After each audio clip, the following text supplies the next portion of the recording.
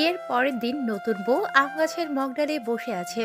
আশা বেগম কপাল চাপড়াতে চাপড়াতে বললেন, রে, তোর বাপ তোরে কার সঙ্গে বিয়ে দিল রে? বিয়ার পরের দিন নতুন বউ আম গাছের ডালে বসে পা ঝুলিয়ে আম খাচ্ছে। মানুষ এখন কি বলবে বল? শাশুড়ি, আমার হিরোমার্কা জামাইয়ের কানে কি বিষ ঢালছেন?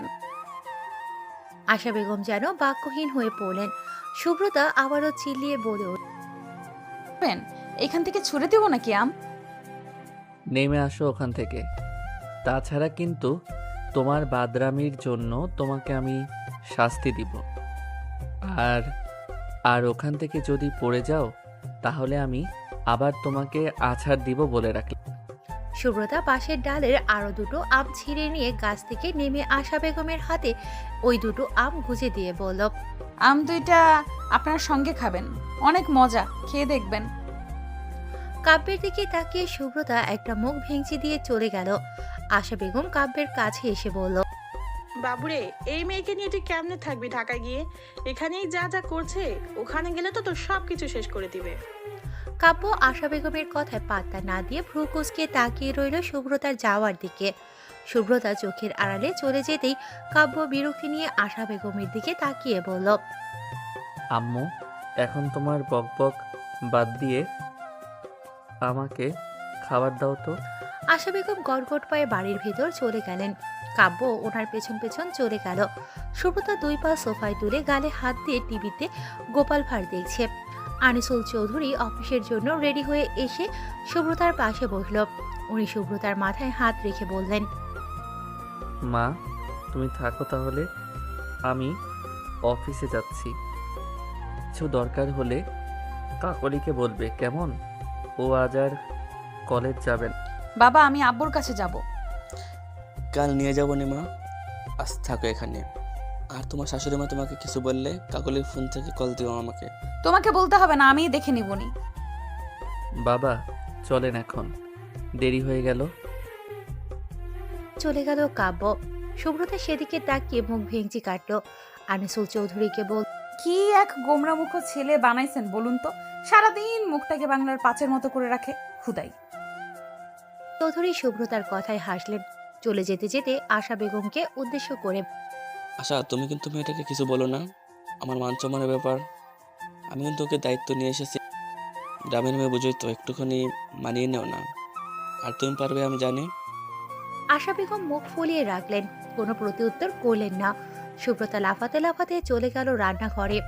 আশা বেগম রান্না করছিলেন, আর হেল্পিং হ্যান্ড দুজন মহিলা ওনাকে কাজে সাহায্য করছিল।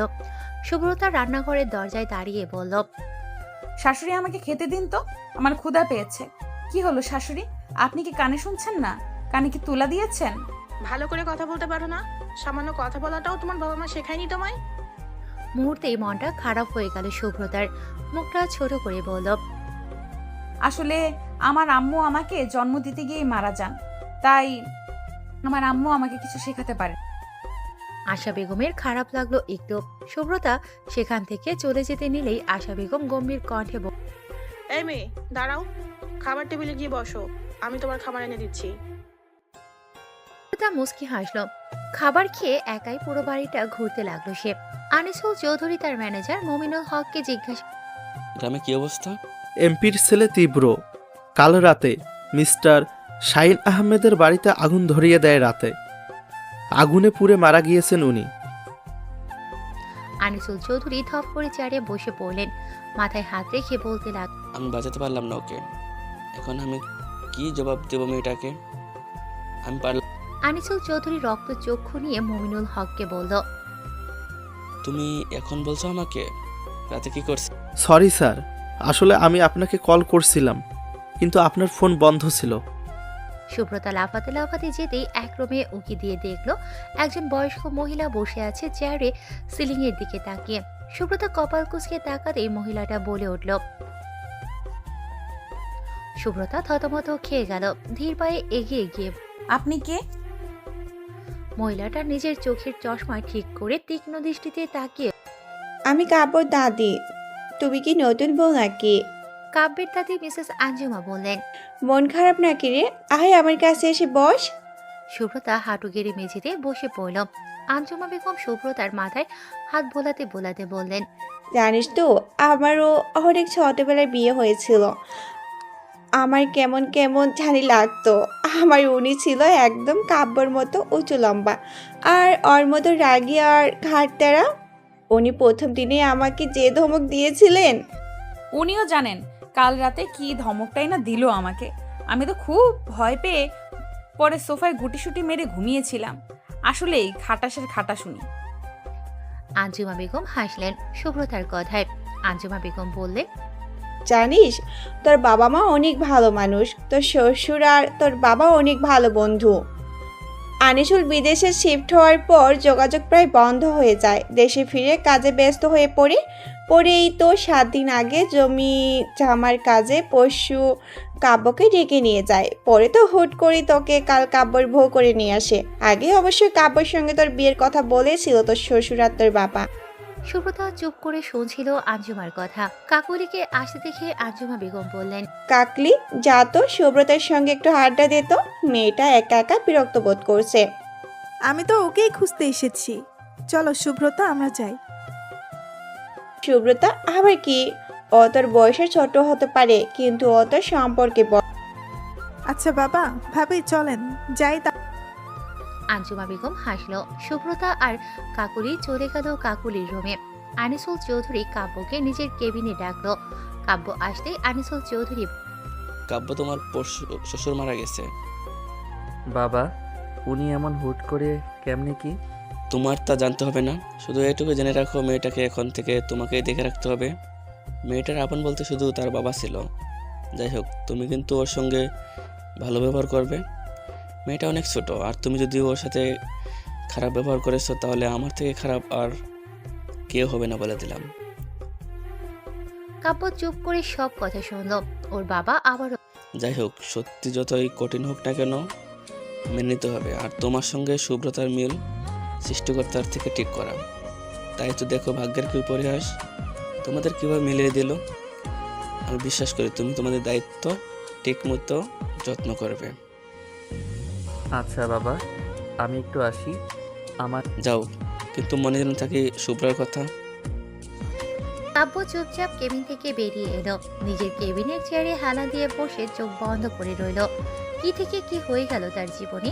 আগের থেকে সে প্রেম ভালোবাসা পছন্দ করতো না, কিন্তু দায়িত্ব কর্তব্য ঠিকই পালন করতে জানে সে। ওই দিন যখন কাব্য যায় তখন শুভ্রতার বাবা ওর হাত ধরে কান্নাকাটি করে বল, বাবা, আমার মেয়েটার অনেক বড় বিপদ, তুমি ওকে বাঁচাতে পারো। তুমি দয়া করে আমার মেয়েটাকে বিয়ে করে নাও। আমি তাহলে তোমার কাছে চিরকৃতজ্ঞ থাকবো বাবা। আঙ্কেল এমন করে বল। তখনই কাব্যের বাবা কাব্যকে বলেছিল সে যদি শুভ্রতাকে বিয়ে না করে তাহলে তার মরা মুখ দেখবে। এক প্রকার বাধ্য হয়ে বিয়ে করতে হয় শুভ্রতাকে। কিন্তু কি এমন বিপদ হয়েছিল শুভ্রতার যে এমন করে বিয়ে করতে হলো? এগুলোই ভাবছিল কাব্য। কাব্যের ভাবনায় ছেদ ঘটল মুমিনুল হকের ডাক শুনে। কাব্য কাজে মন দেয়। পরন্ত বিকেলে শুভ্রতা আর কাকুলি গল্প করছিল। কাকুলি বলল, তুমি কোন ক্লাসে পড়ছো? আর বলো না, একাদশ শ্রেণীতে উঠেছি। পড়াশোনার কথা না বললে হতো না? কেন, তোমার পড়াশোনা ভালো লাগে না? আর অবাক করা বিষয় হচ্ছে আমিও এবার একাদশ শ্রেণীতে পড়ছি। আমার পড়াশোনা করতে ভালো। আশা বেগম কাকুলির রুমের বারান্দায় এসে বললেন, কেন ভালো লাগবে? গাছে উঠে বসে থাকতে বললে তো ভালোই লাগে। শুভ্রতা চোখ ছোট ছোট করে তাকিয়ে রইল আশা বেগমের দিকে। আশা বেগম টি টেবিলে চায়ের কাপ আর নুডলস দিয়ে মুখ ভেঙচি দিয়ে চলে যেতে নিল। তখন শুভ্রতা ওনার হাত ধরে টেনে বলল, শাশুড়ি, আপনি খাবেন না? আমাকে নিয়ে তোমার এত ভাবতে পরে বলবেন আমি শাশুড়ির খেয়াল রাখি না, হ্যান ত্যান আরো কত কিছু। এখন চুপ করে বসেন, আমি আপনার চা নিয়ে আসি। আশা বেগম কিছু বলতে নেবেন তার আগেই শুভ্রতা দৌড়ে চলে গেল। মুহূর্তের মধ্যেই খাবার নিয়ে চলে এলো। আশা বেগম মুখ ঘুরিয়ে বসে রইল।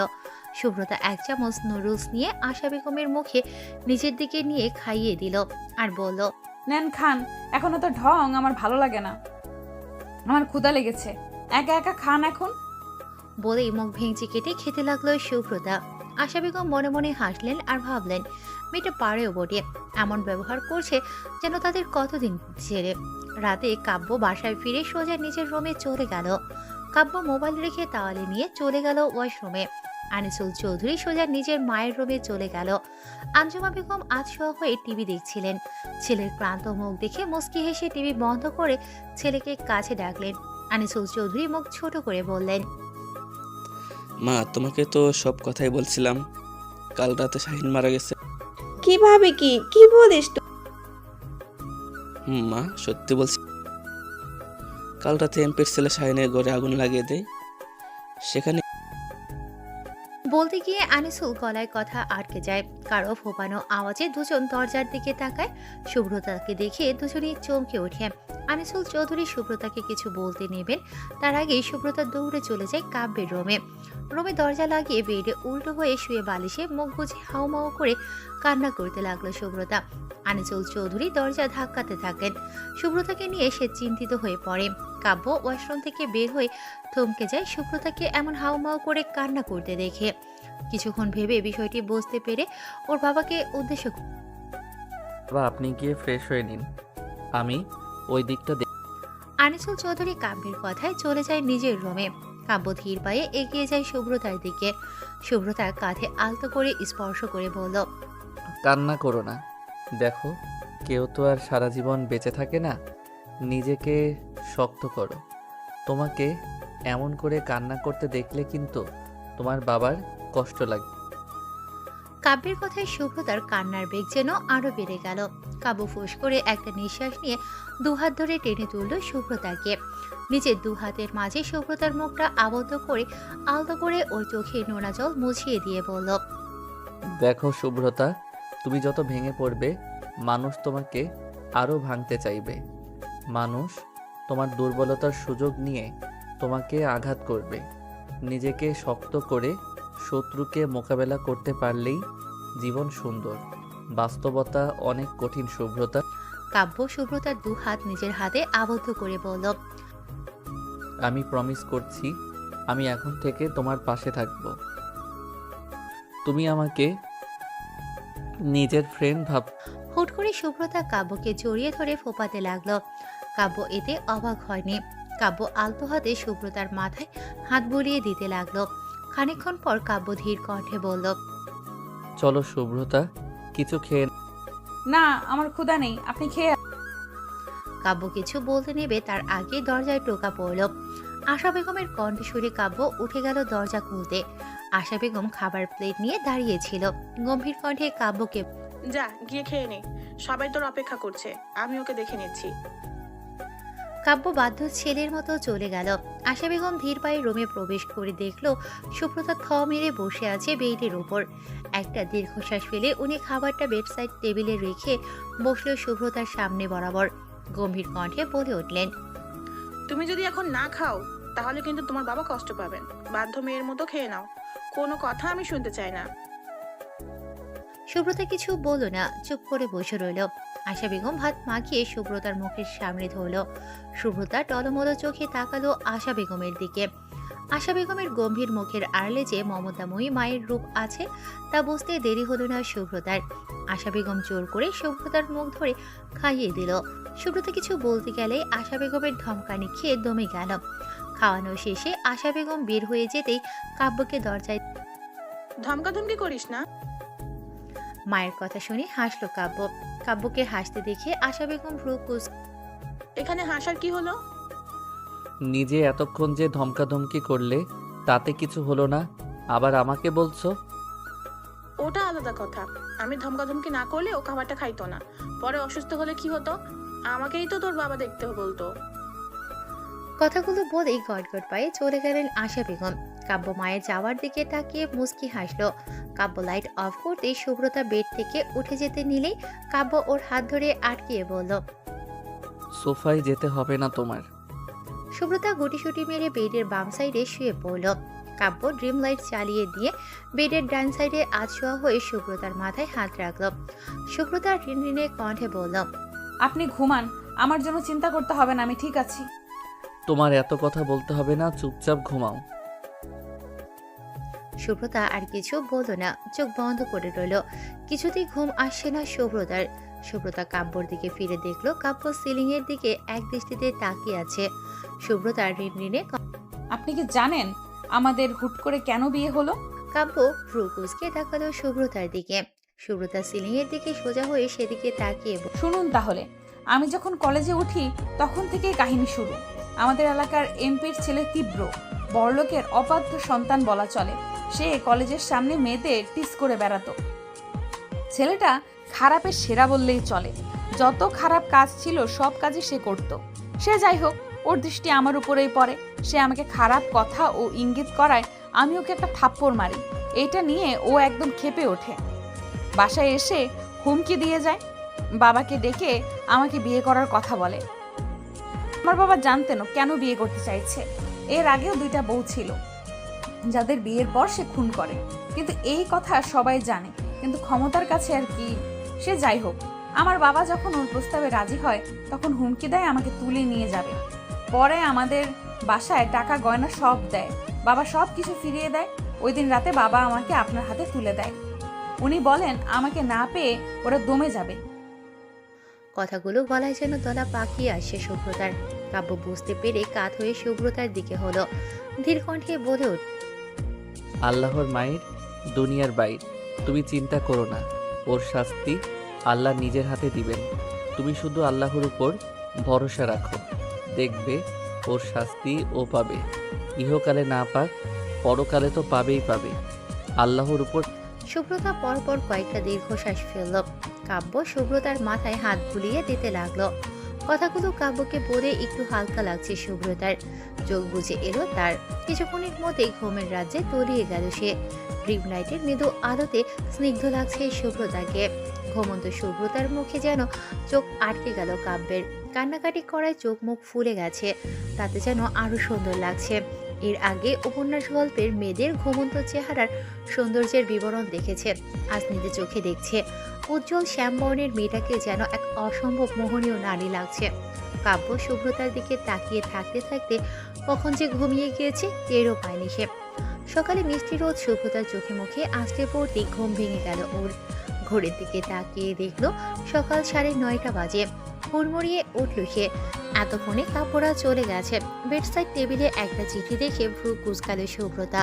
শুভ্রতা চিঠিটা হাতে নিয়ে দেখলো চিঠিতে লেখা, আজ থেকে না হয় আমাদের সম্পর্কের একটা নাম দেই, বন্ধুত্ব নামক সম্পর্কটা না স্থাপন করি।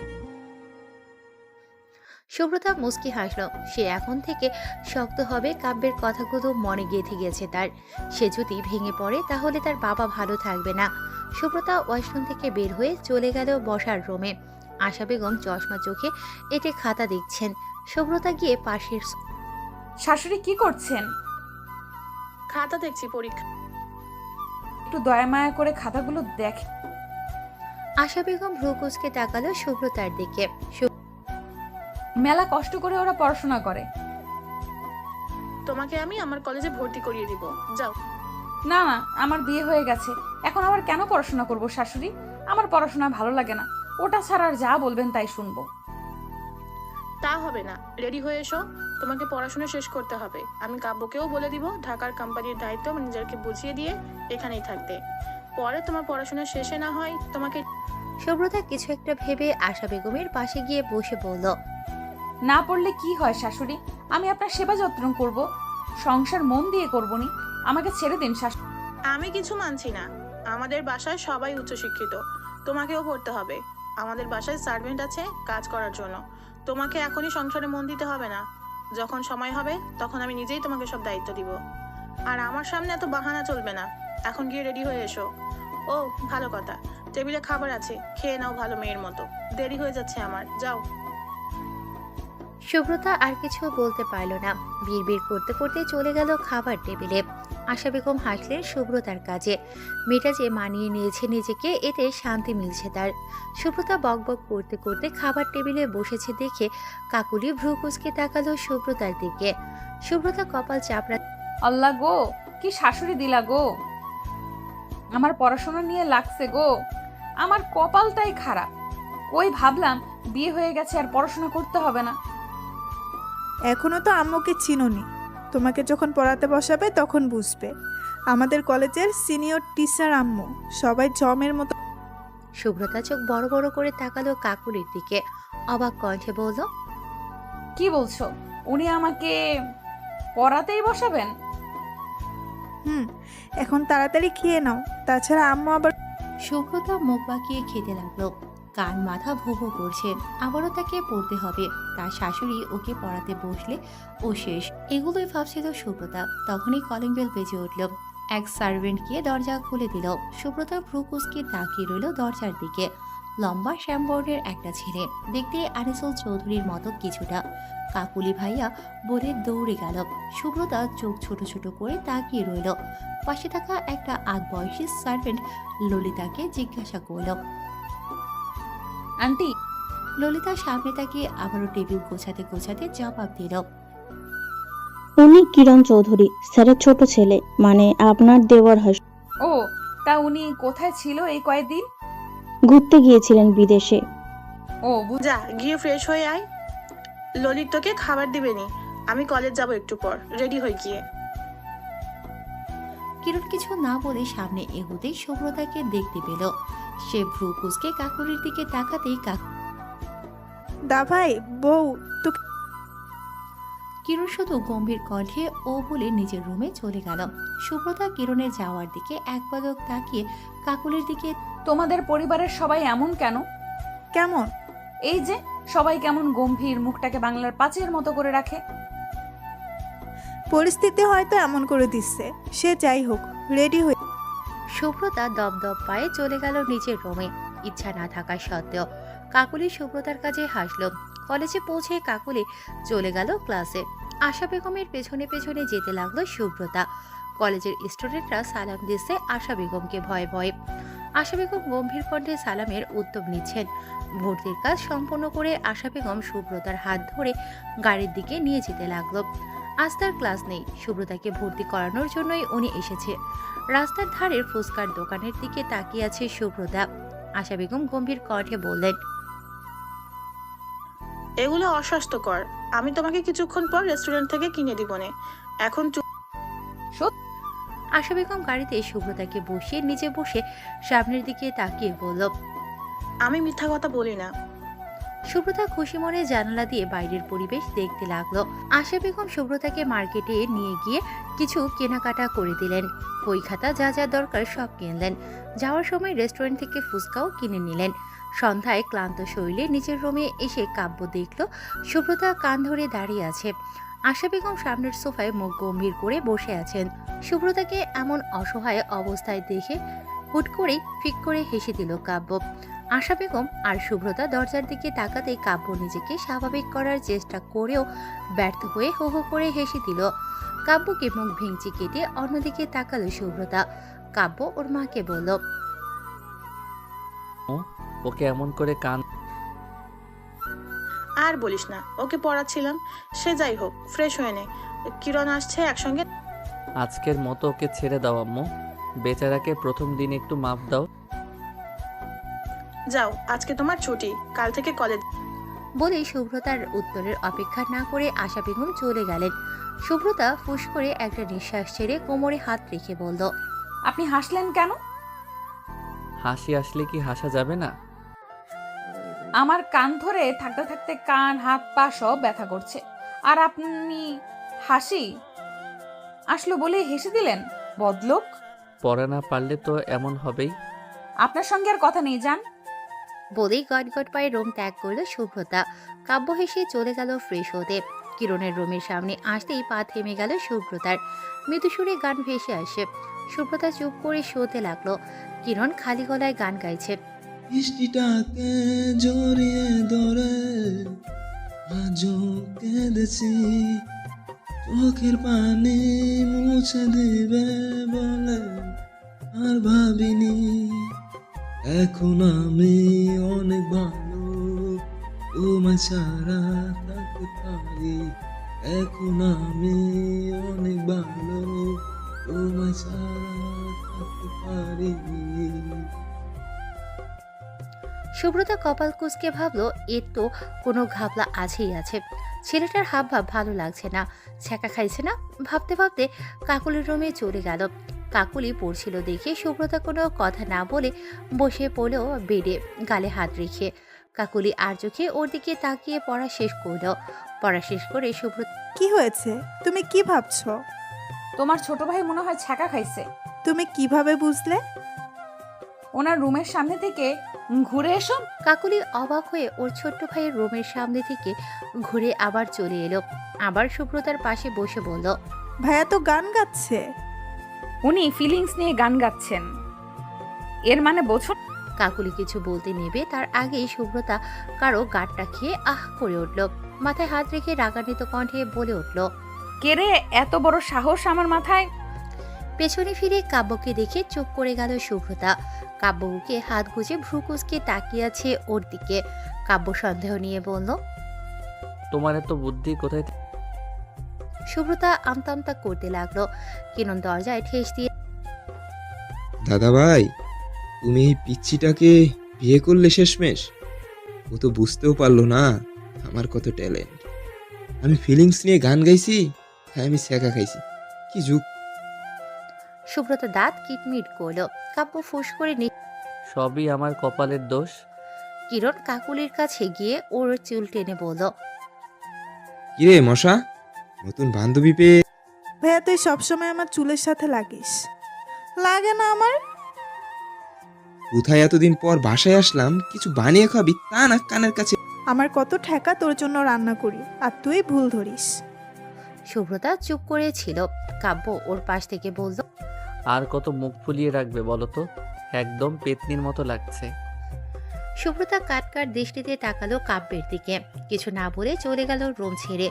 কাব্য হাসলো সুব্রতার যাওয়ার দিকে তাকিয়ে। রাতের খাওয়া শেষ করে কাব্য কিরণের রুমে গেল। কিছু কথা বলে নিজের রুমের দিকে রওনা হলো। রুমে এসে রুম অন্ধকার দেখে লাইট জ্বালালো। সুব্রতা রুমে না দেখে কপাল কুঁচকালো যে। বাইরে বৃষ্টি পড়ছে ঝিরিঝিরি। কাব্য এগিয়ে গেল বারান্দার দিকে। যা ভেবেছিল তাই। বারান্দার গ্রিল ধরে সুব্রতা দাঁড়িয়ে আছে বাইরের দিকে তাকিয়ে। কাব্য ধীর পায়ে গিয়ে সুব্রতার পাশে দাঁড়ালো। বৃষ্টির পানি সুব্রতার কোমল মুখে আছড়ে পড়ছে। কাব্য সেদিকে তাকিয়ে বলল, এই জন্যই হয়তো সবাই বৃষ্টিকে এতটা পছন্দ করে। কি সুন্দরভাবে নিজের কষ্টটাকে বৃষ্টির মাধ্যমে বিলিয়ে দেওয়া হয়, কেউ বুঝতেও পারে না। সুব্রতা অবাক চোখে তাকালো কাব্যর দিকে। কাব্য এই বৃষ্টি ক্লান্ত শহরে সকলে ব্যস্ত নিজের দুঃখ বিলাস করতে। বৃষ্টিটাকে উপভোগ করতে হয়। মানুষের জীবন যেমন ক্ষণস্থায়ী, তেমনি সুখ দুঃখ ক্ষণস্থায়ী। যতদিন এই রহস্যময় পৃথিবীতে নিজেকে ভালোবেসে প্রতিটা মুহূর্ত উপভোগ করতে পারলে জীবন সুন্দর থাক। কিছু দুঃখ কষ্ট। কাব্য সুব্রতার হাত ধরতে কেঁপে উঠল সুব্রতা। কাব্য সেদিকে পাত্তা না দিয়ে ওকে বারান্দায় থাকা দোলনায় নিয়ে গিয়ে বসালো। বারান্দায় থাকা বেলি ফুলের ছোট্ট গাছটাতে একটা ফুল ধরেছে। বৃষ্টির সুগন্ধ আর বেলি ফুলের স্নিগ্ধ সুবাস মিলে এক মনোমুগ্ধকর সুগন্ধ এসে আছড়ে পড়ছে কাব্যের নাকে। কাব্য প্রাণ ভরে সেই সুবাস নিয়ে বলল, তুমি কি মনে করেছো তুমি সারাদিন সবার সঙ্গে স্বাভাবিক ছিলে বলেই তুমি সবকিছু মানিয়ে নিয়েছো? আমি জানি তোমার সূক্ষ্ম হাসির মাঝেই আপনজন হারানোর তীব্র কষ্ট কাজ করছে। তুমি আমাকে নিজের বন্ধু ভেবে সবকিছু ভাগ করে নিতেই পারো। জানো তো, তুমি যদি আমার কাছে কষ্ট ভাগ করে নাও তাহলে আমি হয়তো অতটা অনুভব করতে পারবো না, কিন্তু তুমি অনেকটা হালকা হবে, এটা আমি বলতে পারি। সুব্রতা নিজের অজান্তেই কাব্যের কাঁধে মাথা রাখল। কাব্য বুঝতে পারলো বাচ্চা মেয়েটার উপর দিয়ে কি চাপ যাচ্ছে। তার এই কাঠটা প্রয়োজন ছিল। সুব্রতা আমার জন্মের সময় আমার মা আমাকে ছেড়ে চলে যায়। বাবা তারপর আর দ্বিতীয় বিবাহ বন্ধনে আবদ্ধ হয়নি, শুধুমাত্র আমার অযত্ন হবে বলে। আমি ছোটবেলা থেকে মায়ের আদর পাইনি, কিন্তু আমার বাবা আমাকে ভালোবাসার কোনো কমতি কোনোদিনও অনুভব করতেই দেয়নি। আজ উনি নেই, আমাকে ছেড়ে চলে গেছে অনেক দূরে। আমি কিছুতেই মেনে নিতে। কাব্য নিজের হাত সুব্রতার মাথায় রাখলো। সুব্রতা আবারও বলতে লাগলো, আপনার পরিবারের সবাই অনেক ভালো। আমাদের বিয়েটা স্বাভাবিক না হলেও এত তাড়াতাড়ি যে ওনারা আমাকে আপন করে নেবেন আমি ভাবতেও পারিনি। বিশেষ করে আপনার মা, ওনাকে আমার অনেক বেশি পছন্দ হয়েছে। আমি কোনোদিন মায়ের মতো কাউকে পাইনি, কিন্তু আপনার মায়ের থেকে আমি মা গন্ধ পাই। আমার মা এমনই, ওনার রাগারাগির মাঝেই ভালোবাসা। অনেকটা সময় কেটে গেল ওদের নীরব নিরিবিলিতে। বৃষ্টি এতক্ষণে থেমে গেছে। মৃদু ঠান্ডা বাতাস বইছে। কাব্য নীরবতা চলো, ঘুমাতে হবে। তোমাকে আবার কালকে কলেজ যেতে হবে। আর কিছু সময় থাকি। না না, রাত 12:30 বাজে, এখন ঘুমাতে চলো। কাল আবার গল্প করা হবে। রুমে আসতেই শুভ্রতা সোফায় ঘুমোতে যাবে। তার আগে আমার বিছানা কি এতই ছোট হয়ে গেছে যে তোর মতো বাচ্চার বিছানায় জায়গা হবে না? প্রথম দিন কে যেন বলেছিল আমার বিছানায় তোমার জায়গা হবে না, তুমি সোফায় গিয়ে ঘুমাও, হ্যান ত্যান কত ধমকা। আরে ওই দিন আমার মাথা গরম ছিল, তাই ধমকাধমকি করে ফেলেছি, এটা ভুলে যাও। ধরুন আপনি একজনকে খুন করেছেন, এখন আপনি কি তাকে ফিরিয়ে আনতে পারবেন? এখানে খুন টুন কোথায় থেকে আসলো? আরে যা বলছি তার উত্তর দিন। ফিরিয়ে আনতে পারবো, কারণ আমি হুদাই খুন করতে যাব কেন? আরে মিয়া, আপনি সোজা কথা সোজা উত্তর দিতে পারেন না। সে যাই হোক, আপনি সেই খুন করা মানুষকে ফিরিয়ে আনতে পারবেন না, তেমনি কথা একবার যা বলবেন তা ফেরাতে পারবেন না। সেহেতু আপনার তো উচিত কথা বলার সময় ভেবেচিন্তে বলা। সে যাই হোক, রাগের সময় যদি নিজের কথাই কন্ট্রোল করতে না পারেন তাহলে আর কি করলেন জীবনে? একটু বেশি কথা হয়ে যাচ্ছে তোমার, শুভ্রতা। আমার কাজের জন্য সরি, এখন চুপচাপ ঘুমিয়ে পড়ো। শুভ্রতা মুখ ভেঙচি কেটে বেডের এক সাইডে গুটিসুটি মেরে শুয়ে পড়ল। কাব্য চুপচাপ অন্যদিকে পাশ হয়ে শুয়ে পড়ল। সকাল হতেই ঘুম ভেঙে গেল কাব্যের। চোখ পিটপিট করে তাকাতেই হুট করে একটা হাতের বাড়ি খেতেই থতপত খেলো কাব্য। শুভ্রতার হাত সরিয়ে কাব্য উঠে বসল। শুভ্রতার শোয়ার স্টাইল দেখে চোখ কপালে উঠে গেল কাব্যের। আর একটু হলেই সে খাট থেকে পড়ে যেত। শুভ্রতা সারা বিছানা নিয়ে শুয়ে আছে। কাব্য ফুস করে একটা নিঃশ্বাস ছেড়ে চলে গেল ওয়াশরুমে। শুভ্রতা পড়ে পড়ে ঘুমাচ্ছিল। দরজা ধাক্কানোর আওয়াজে ধরপড়িয়ে উঠল সে। দৌড়ে গিয়ে দরজা খুলতেই ললিতাকে দেখতে পেল। শুভ্রতা বুকে ফু দিয়ে, আরে ললিতা আন্টি, তুমি তো আমাকে ভয় পাইয়ে দিয়েছিলে। আমি তো ম্যাডাম, আমাকে তাড়াতাড়ি ফ্রেশ হয়ে তারপর আবার কলেজের জন্য রেডি হতে হবে তোমার। তুমি কি কলেজের কথা ভুলে? শুভ্রতা ঘড়ির দিকে তাকিয়ে দেখলো আসলেই দেরি হয়ে গেছে। কপাল চাপড়ে, আন্টি, আমার তো মনেই ছিল না, তুমি যাও, আমি যাচ্ছি। ললিতা চলে গেলেন। শুভ্রতা পেছনে ঘুরতে শুধু তাওয়ালে পড়া অবস্থায় কাব্যকে দেখে তার চোখ কপালে উঠে গেল। চোখ বড় বড়। সকাল সকাল আপনার আবার কি হলো? এমন অবতার হয়ে দাঁড়িয়ে আছেন যে? আপনি সকাল সকাল খালি টাওয়াল পরে ঘুরে বেড়াচ্ছেন? কাব্য কাভার থেকে শার্ট প্যান্ট বের করতে করতে বলল, শাওয়ার নিলাম, অফিসে যাব না, আর আমার রুমে আমি টাওয়েল পরে থাকলে কি সমস্যা? আপনার মনে নাই রুমে শুধু আপনি? তো তুমি এমন ভাব করছো যেন আমি টাওয়েলও পরিনি। শুভ্রতার চোখ আরো বড় হয়ে গেল। কাব্য ওর দিকে তাকিয়ে বলল, এবার কিন্তু আর ললিতা আন্টি আসবে না, আম্মুই আসবে। শুভ্রতার হুঁশ হতেই সে দৌড়ে ওয়াশরুমে চলে গেল। শুভ্রতার যাওয়ার দিকে তাকিয়ে হো হো করে হেসে দিল কাব্য। কাব্য অফিসে যাওয়ার জন্য রেডি হতে লাগলো। কিছুক্ষণ বাদে শুভ্রতা ওয়াশরুম থেকে বেরিয়ে আবারও দৌড় দিল খাবার টেবিলের দিকে। শুভ্রতা দৌড়ে রুম থেকে বের হচ্ছিল, তখন কাকুলি ওকে ডেকে বলল, আরে ভাবি, আসতে চাও, দাঁড়াও একসঙ্গে যাই। না না, দেরি হয়ে গেছে। কাকুলি কিছু বলতে নেবে তার আগে শুভ্রতা সেখান থেকে দৌড়।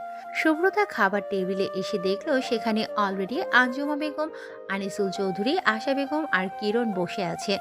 ওরা সবাই ওর দিকে তাকাতেই শুভ্রতার দাঁত বের করে হাসলো। আশা বেগম শুভ্রতার দিকে একবার তাকিয়ে খাওয়াতে মন দিল। কাকুলিও বসে পড়ল। আনিসুল চৌধুরী বললেন, শুভ্রার মা, তোর কোনো সমস্যা হচ্ছে না তো? না না আব্বু, আমার কোনো সমস্যা হচ্ছে। কাব্য এসে শুভ্রতার পাশের চেয়ারে বসল। আশা বেগম আনিসুল চৌধুরীকে বলল, কাব্যের শিফট এখানেই করে দিলে ভালো হয়। ঢাকার অফিসের দায়িত্ব অন্য কাউকে দিয়ে দাও, পরে না হয় কাব্য ওখানে আচ্ছা, আমি দেখছি। কাব্যকে আশা বেগম আগের দিন বলাতে ও আর কিছু বলল না। আর সে জানে ওর আম্মু যা বলে তা করে, কিছু বলে লাভ নাই। আনিসুল চৌধুরী আর কাব্য অফিসে চলে গেল। আঞ্জুমা বেগম রুমে চলে গেলেন। আশা বেগম শুভ্রতা আর কাকুলিকে নিয়ে কলেজে চলে গেলেন। কিরণ চুপচাপ নিচের রুমে বসেছিল। তার ফোনটা বেজে উঠতেই কিরণ রিসিভ করে বলল, চিত্রলেখা, তুমি আজ 8 দিন পর আমাকে কল করলে। তোমার কি একবারও আমার কথা মনে পড়েনি? আজ বিকালে একটু দেখা করতে পারবে? তুমি কান্না করেছো? চিত্রলেখা খট করে কল কেটে দিল। কিরণের কপাল কুঁচকে এলো। সে ভাবতে লাগলো কি হয়েছে হঠাৎ চিত্রলেখার। চিত্রলেখা তো সহজে কান্না করে না, কি হলো তার? কিরণের ভাবনায় ছেদ ঘটলো আঞ্জুমা বেগমের ডাকে। কিরণ নিজেকে স্বাভাবিক রেখে হেসে বলল, দাদিমা, তুমি আসতে গেলে কেন? আমাকে ডাকতে, আমি চলে যেতে। কতদিন তোর সঙ্গে গল্প করি না বাচ্চা, তাই চলে এলাম। দেখলাম তুইও এমনি বসে আছিস। কিরণ আঞ্জুমা বেগমের কোলে মাথা রেখে শুয়ে পড়ল। আঞ্জুমা বেগম মুচকি হেসে কিরণের মাথায় হাত বুলিয়ে দিতে দিতে বলল, মেয়েটাকে অনেক ভালোবাসিস তাই না? কোন মেয়ে দাদিমা? তোকে সেই ছোটবেলা থেকেই নিজের হাতে বড় করেছি। তুই কি মনে করছিস আমি কিছু বুঝি না? তোর ভার্সিটির জুনিয়র যে মেয়েটা ছিল, নামটা কি? কিরণ চুপ করে রয়েছে। আঞ্জুমা বেগম ভেবে ও হে, মনে পড়েছে, চিত্রলেখা। কিরণ ধপ করে উঠে বসল। আঞ্জুমা বেগম একটু জোরেই হেসে দিল। তোর দাদা ভাইয়ের তো হুট করে বিয়ে হয়ে গেল, তুই এবার একটা ব্যবস্থা কর, ধুমধাম করে বিয়ে দিই তো। কিন্তু দাদিমা, চিত্রলেখা কেন যে কান্না করছিল, বেশ কয়েকদিন ওর সঙ্গে আমার কথা হয়নি, এখন আবার কান্না করছি। কি যে হলো, টেনশন হচ্ছে আমার। কল করে কি বললো ও? বিকালে দেখা। আঞ্জুমা বেগম আবারও কিরণের মাথা নিজের কোলে নিয়ে বললেন, চিন্তা করিস না, যা হবে ভালো হবে। আর বিকালে তো যাচ্ছি। কিরণ চুপ করে রইল। বিকেলে কাকুলির রুমে জানালা দিয়ে সুব্রতা ভ্রু কুঁচকে তাকিয়ে আছে বাড়ির পেছনের দিকে। কাকুলি সুব্রতার গাড়ে হাত রেখে বলল, তুমি কি পদ্মজা উপন্যাসের পাতাল ঘরের কথা ভাবছ? কিন্তু ভেবে লাভ নেই, কারণ ওখানে কোনো কিছুই নেই। তুমি কিভাবে বুঝলে আমি যখন পড়েছিলাম তখন প্রায় সব সময় আমারও এমন মনে হতো। আর আমি কালকে বিকেলে আমার বুক সেলফ থেকে বই দেখছি। কাকুলির কথা শুনে সুব্রতা হাসলো। কাকুলিও হেসে দিল। চলো একটু বাগান থেকে ঘুরে আসি, প্রাইভেটে যেতে হবে আবার। এখন আবার প্রাইভেটেও যেতে হবে? কাকুলি নিজের ওড়নাটা ঠিক করতে করতে বলল। তো এখন যাই তাহলে। সুব্রতা মুখ ফুলিয়ে কাকুলির সঙ্গে যেতে লাগলো। বসার ঘরে যেতে আশা বেগম বলে উঠলেন, আজ তোমাদের প্রাইভেট যেতে হবে না, টিচার বন্ধ দিয়ে দিয়েছে। কেবলই কল করে জানিয়ে দিল আমাকে। সুব্রতা খুশিতে আশা বেগমের কাছে গিয়ে ওনার গালে টুক করে একটা চুমু দিয়ে লাফাতে লাফাতে চলে গেল। কাকুলিও ওর পিছু পিছু চলে গেল। আশা বেগম সুব্রতার যাওয়ার দিকে তাকিয়ে মুচকি হাসি দিয়ে মনে মনে, পাগলি একটা। আঞ্জুমা বেগম পাশেই বসেছিল। উনি সবটাই দেখছিলেন। উনি আশা বেগমকে বললেন, মেয়েটার এখনো বাচ্চা মজায়নি, ছোট থেকে মায়ের আদর পাইনি। তুই এমন করে। আম্মা, আমি তো আপনার কাছ থেকেই সবটা শিখেছি। আপনি তো আমাকে সবসময় নিজের মেয়ের মতোই আগলে রেখেছেন। আপনার মতো হয়তো পারবো না, কিন্তু আমি চেষ্টা করব। তোমাদের ভালো হোক এই দোয়াই করি, তোমার সংসার যেন এমনি শান্তিতে পরিপূর্ণ। কাকুলি আর সুব্রতা বাগানের ছাউনি দেওয়া জায়গায় বসে আছে আর চা খাচ্ছে। আজ আকাশটা বড্ড সুন্দর লাগছে সুব্রতার। মেঘগুলো সুন্দর আকাশে ভেসে বেড়াচ্ছে। সুব্রতা কি যেন ভেবে আম খাবে? এখন আম কোথায় পাবে? আম্মুকে বলে দিবনি রাতে।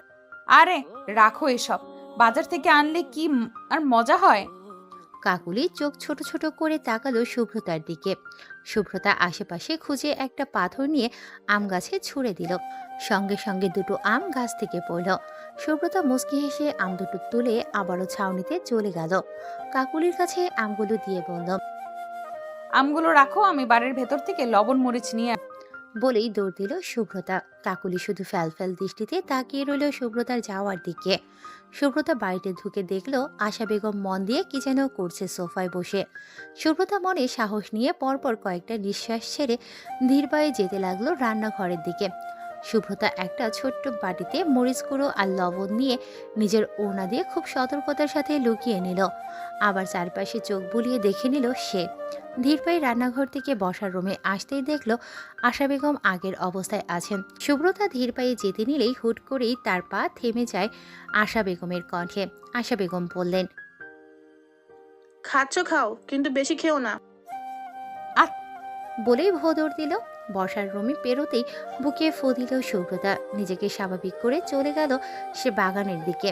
কিরণ বসে আছে ঝিলের ধারে চিত্রলেখার অপেক্ষায়। আজ সে তাড়াতাড়ি চলে এসেছে, এখনো আসছে না কেন চিত্রলেখা? ভাবতে ভাবতে চিত্রলেখার রিনরিনে কণ্ঠ শুনে পেছনে ফিরে তাকালো কিরণ। কিরণ বসে আছে ঝিলের ধারে চিত্রলেখার অপেক্ষায়। আজ সে তাড়াতাড়ি চলে এসেছে, এখনো আসে না কেন চিত্রলেখা? ভাবতে ভাবতে চিত্রলেখা রিনরিনে কণ্ঠ শুনে পেছনে ফিরে তাকালো কিরণ। চিত্রলেখার ফোলা ফোলা চোখ মুখ দেখে আটকে উঠল কিরণ। মুহূর্তেই যেন অস্থিরতা বেড়ে উঠল তার। চিত্রলেখা নিজের সাদা রঙের ওড়না কপালে থাকা ঘাম মুছে ঝিলের পাশে থমকে থাকা কিরণের পাশে বসলো। কিরণ কি হলো চিত্রলেখা, তোমাকে এত অস্বাভাবিক? তোমার কথা বলেছিলাম আম্মুকে। উনি কি বললেন? চিত্রলেখা পরপর কয়েকটা দীর্ঘশ্বাস ফেলে জিভ দিয়ে ঠোঁট ভিজিয়ে আমার আম্মু ছোটবেলা থেকে আমাকে আর আমার ভাইয়াকে এক হাতে মানুষ করেছেন। বাবা নামক স্বার্থপর মানুষটা আর আমি আর আমার ভাই যখন খুব ছোট, তখনই উনি আমাদের ছেড়ে অন্য নারীর প্রতি আসক্ত হয়ে ছেড়ে চলে যায় আমাদের ছেড়ে। আমার বাবা মা ভালোবেসে বিয়ে করায় আমার মায়ের দিকের পরিবার আমাদের খোঁজ অব্দি নেয়নি। তখন থেকেই আমার মায়ের ভালোবাসার উপর থেকে বেশি। কিরণ যেন আরো বেশি উত্তেজিত হয়ে ওঠে। হুট করে সে চিত্রলেখা ডান হাতটা নিজের দু হাতের মধ্যে আবদ্ধ করে নিজের কপালে ছোঁয়ালো। চিত্রলেখা দীর্ঘশ্বাস ফেলল। চিত্রলেখার নিজেকে আজ খুব অসহায় লাগছে। এর আগে অনেক খারাপ পরিস্থিতি এসেছে, কোথায় এমন তো লাগেনি। আজ কেন কথাগুলো গলায় এসে দলা পাকিয়ে যাচ্ছে তার? কিরণকে কিভাবে বলছে সে? কিরণ জোরে জোরে নিঃশ্বাস নিচ্ছে। চিত্রলেখা কি বলবে তা কিছুটা আন্দাজ করতে পারছে সে, কিন্তু মনে প্রাণে সে চাইছে সেই আন্দাজ যেন ঠিক না হয়। সে তাহলে সহ্য করবে কিভাবে? শরীর থরথর করে কাঁপছে তার। চারিপাশে পিনপতন নীরবতা। সেই নীরবতা কাটিয়ে চিত্রলেখা বল, আম্মু মেনে নেবে না। হুট করে শক্ত করে ধরে থাকা চিত্রলেখার হাত ছেড়ে দিল। পাশে থাকা ঘাস খামচে ধরল সে। চিত্রলেখা ছলো ছলো দৃষ্টিতে তাকিয়ে রইল কিরণের দিকে। কিরণের দৃষ্টি আবদ্ধ ছিল স্বচ্ছ পানির দিকে। চিত্রলেখা হাত ঘড়িতে তাকিয়ে বলল, 6টা বাজে কিরণ, আবার দেখ। চুপ, আর একটা কথাও আমি শুনতে চাই না, চলে যাই এখান থেকে। চিত্রলেখার চোখের কোণে জমে থাকা নোনা জল গড়িয়ে পড়ল গাল বেয়ে। কিরণের এই রূপ তার অচেনা। কিরণ কখনোই তার সঙ্গে উঁচু গলায় কথা বলেনি। ছেলেটা শান্তশিষ্ট। হুট করে রেগে যাওয়ায় চমকে উঠল চিত্রলেখা। চিত্রলেখা কিরণের হাত ধরতে নিবে তার আগে হনহনিয়ে চলে গেল কিরণ। চিত্রলেখা কান্না ভেজা চোখে তাকিয়ে রইল কিরণের যাওয়ার দিকে। কিরণ উন্মাদের মতো বাইক চালাচ্ছে, তাকে পাগল পাগল দেখাচ্ছে। চোখের সামনে বারবার ভেসে উঠছে চিত্রলেখার কান্না ভেজা মুখ। সুব্রতা কাকুলির কাছ থেকে আম নিয়ে লবণ মরিচ দিয়ে খেতে লাগলো। কাকুলিও খাচ্ছে তার সঙ্গে। কাকুলির ফোন বেজে উঠতেই সুব্রতা কপাল কুঁচকে তাকালো সেদিকে। কাকুলি কল রিসিভ করতে অপর পাশ থেকে কাব্য বলল, তোরা কোথায় প্রাইভেটে গেছিস নাকি? গেলে ওখানেই থাক, আমি অফিস থেকে বের হয়ে। দা ভাই আজ তো প্রাইভেট ছিল না, আমরা বাসায় আছি। ও ফাঁকিবাজ তাহলে বেঁচে গেছে। ওই মিয়ার মিয়া, কে ফাঁকিবাজ? আপনি ফাঁকিবাজ। কাব্য তাড়াতাড়ি করে কল কেটে দিল। সে বুঝতে পারেনি যে সুব্রতা শুনতে পাবে তার কথা। হাসলো সে, আবার নিজেকেই নিজে প্রশ্ন করলো সে হাসলো কেন। কিন্তু অনেক ভেবেও যখন কুল কিনারা পেল না, তখন আর সেদিকে পাত্তা না দিয়ে গাড়ি চালাতে লাগলো। সুব্রতা আর কাকুলি ছাউনিতে বসেছিল। তখন সামনে দিয়ে গট গট পাই কিরণ চলে গেল। কাকুলি কয়েকবার ডাকলো, কিন্তু উত্তর দিল না কিরণ। কাকুলি অবাক হলো কিরণের আচরণে। হঠাৎ করে কি হলো তার ভাইয়ের? সুব্রতার কথায় ভাবনার ছেদ ঘটল। সুব্রতা বলে উঠল, ওনাকে এমন দেখাচ্ছিল কেন? তাই তো বুঝতে পারছি না। কিরণকে এমনভাবে বাসায় ঢুকতে দেখে আঞ্জুমা বেগমের মুখ চুপসে গেল। তবে কি মেয়েটা ধোকা দিল? এগুলো ভাবনায় তার মাথায় ঘুরঘুর করছে। আঞ্জুমা বেগমের ভাবনায় ছেদ ঘটল ধাম করে দরজা লাগানোর শব্দে। কি হবে এখন তাই উনি ভাবতে লাগলেন। কাব্যের বাসায় আসতে আসতে সন্ধ্যা হয়ে গেল। কাব্য বাড়িতে ঢুকে কারো শব্দ না পেয়ে কপাল কুঁচকে এগিয়ে গেল কাকুলির রুমের দিকে। আশা বেগম কাঠের স্কেল হাতে চোখে চশমা এঁটে বসে আছেন কাকুলি আর সুব্রতার সামনে। কাকুলি পড়ছে, কিন্তু সুব্রতা শুধু ঠোঁট উল্টাচ্ছে। কাব্য কি যেন মনে করে ফোনটা বের করে ফটাফট কয়েকটা ছবি তুলে নিল সুব্রতার। ফোনটা পকেটে রেখে গলা পরিষ্কার করে বল, আম্মু। আশা বেগম ঘুরে তাকালো কাব্যের দিকে। সুব্রতাও তাকালো। আশা বেগম গম্ভীর কণ্ঠে সুব্রতাকে বললেন, ওর দিকে তাকিয়ে লাভ নাই, আজ পড়া শেষ না। সুব্রতা মুখ ভেঙচি কাটল। আশা বেগম ছেলের দিকে তাকিয়ে বলল, যা রুমে গিয়ে ফ্রেশ হ। কাব্য সুব্রতাকে একটা চোখ টিপল। সুব্রতা কিছু বলতে নেবে তার আগেই কাব্য বাঁকা হেসে শেষ বাঁচাতে বাঁচাতে চলে গেল। আশা সুব্রতার দিকে তাকিয়ে বললেন, মনোযোগ দিয়ে পড়ো। সুব্রতা নাক মুখ কুচকে পড়তে লাগলো। কাব্য নিজের রুমে গিয়ে সুব্রতা আর কাকুলির জন্য আনা চকলেট বেড সাইড টেবিলে রাখলো। একটা তাওয়াল নিয়ে চলে গেল ওয়াশরুমে। আঞ্জুমা বেগমকে চিন্তিত মুখে বসে থাকতে দেখে ভ্রুযুগল কুচকে বলল, দাদিমা কিছু কি হয়েছে? তোমাকে এমন দেখাচ্ছে কেন? আঞ্জুমা বেগম কিছু বলার আগে ললিতা এসে কাব্যকে নাস্তা দিয়ে গেল।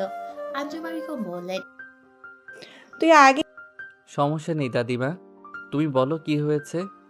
কাব্য বাধ্য হয়ে তাড়াতাড়ি নাস্তাটা করে নিল। নাস্তা শেষ করে বেডে এসে আঞ্জুমা বেগমের পাশে বসে শান্ত কণ্ঠে বলল। কি হয়েছে দাদিমা? আঞ্জুমা বেগম একটা দীর্ঘশ্বাস ফেলে কিরণের সব ঘটনা বললেন, যা যা উনি জানতেন। কাব্য আঞ্জুমা বেগমের কথা শুনে চুপ হয়ে গেল। নীরবতা ভেঙে কাব্য আঞ্জুমা বেগমের হাত ধরে সান্ত্বনা দিয়ে নরম কণ্ঠে বলল, চিন্তা করো না দাদিমা, আমি দেখছি বিষয়টা। মেয়েটা বিকালে কি বলেছে কিছু জানো? না, ও তো এসেই রুমের দরজা বন্ধ করেছে আর খোলেইনি। মুখ দেখে তো মনে হলো না স্বাভাবিক কিছু হয়েছে। আচ্ছা আমি দেখছি, তুমি চিন্তা না করে রুমে যাও। আঞ্জুমা বেগম কিছুটা নিশ্চিন্ত চিত্তে কাব্যের রুম ত্যাগ করল।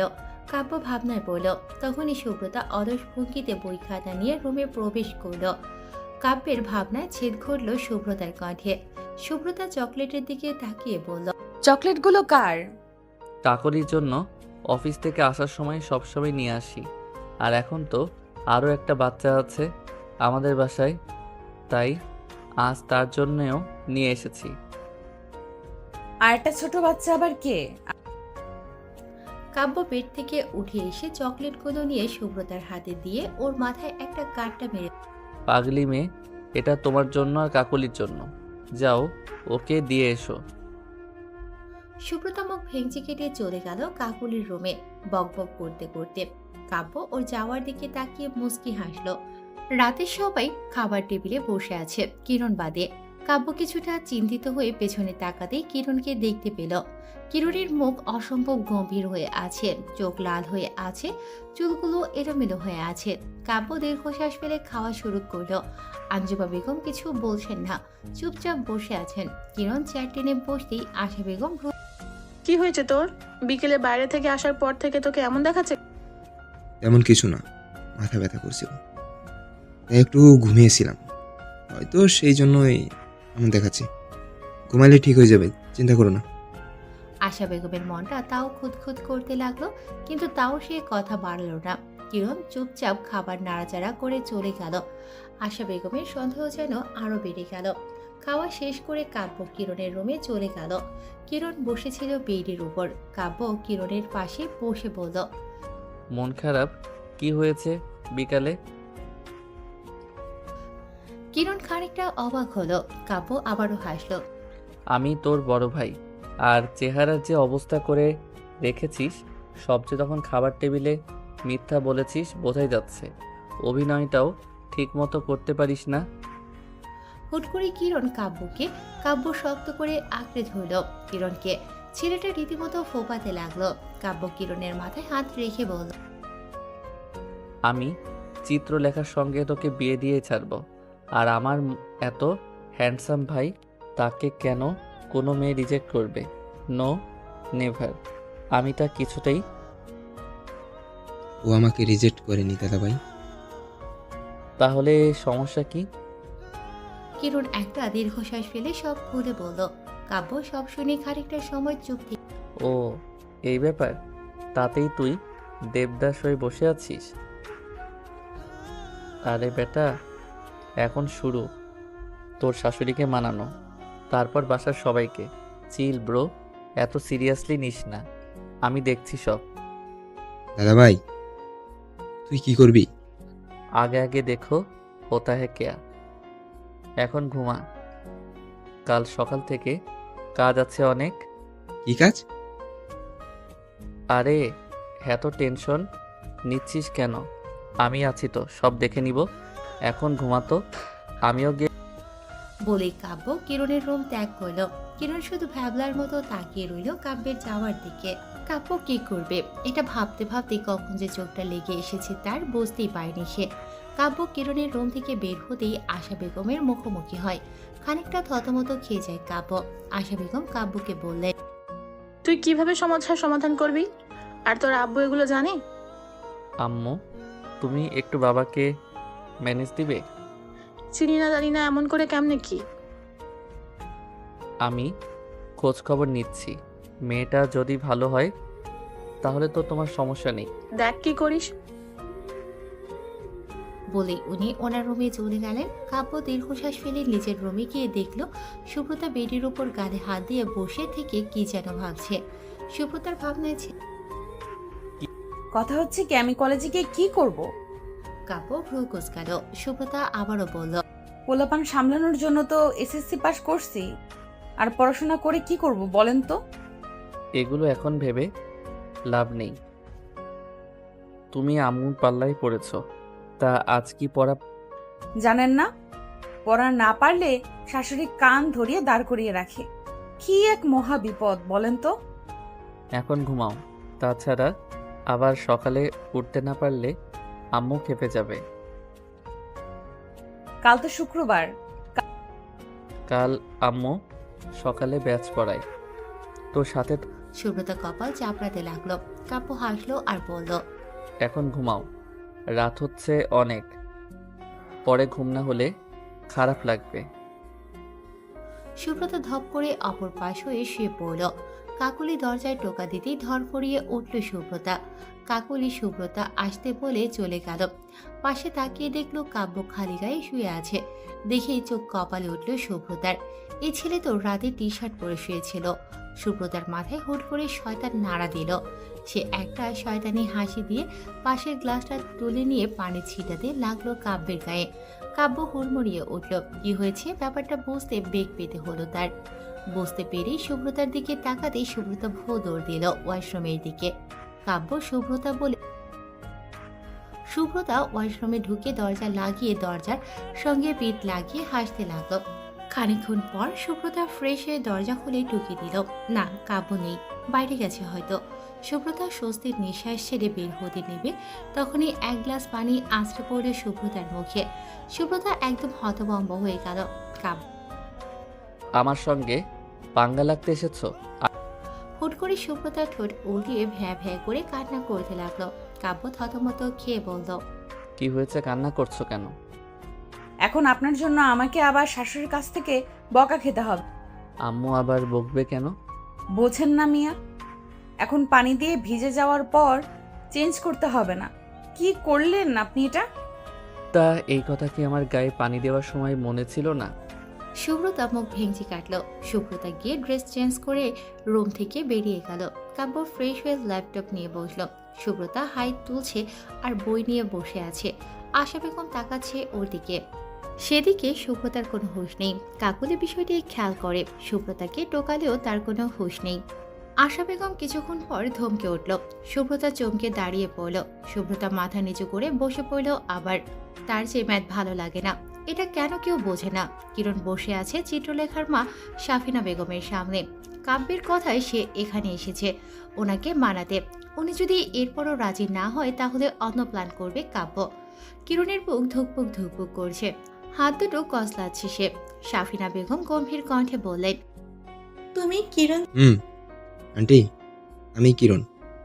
ভালোবাসো চিত্রলেখাকে? কিরণ যেন ক্রমেই অস্থির হয়ে উঠছে। এতটা অস্থির কোনোদিন লাগেনি তার। সাফিনা বেগম তীক্ষ্ণ দৃষ্টিতে কিরণের দিকে তাকিয়ে বলল, ভালো প্রেমিক কখনো ভালো স্বামী হতে পারে না। আমি বলবো না যে চিত্রলেখাকে ছাড়া আমি বাঁচবো না, কারণ এটা কখনো সত্যি না। তবে ওকে ছাড়া আমার আত্মা মরে যাবে। ও আমার হৃৎস্পন্দন, যাকে ছাড়া আমার একটু সময় চলব না। আবেগ দিয়ে জীবন চলে না কিরণ। আন্টি, আমি জানি আপনি যদি মনে করেন আমার বাবা বড় বিজনেসম্যান আছে বলে আমি যা ইচ্ছা তাই করতে পারি, তাহলে আপনি ভুল ভাবছেন।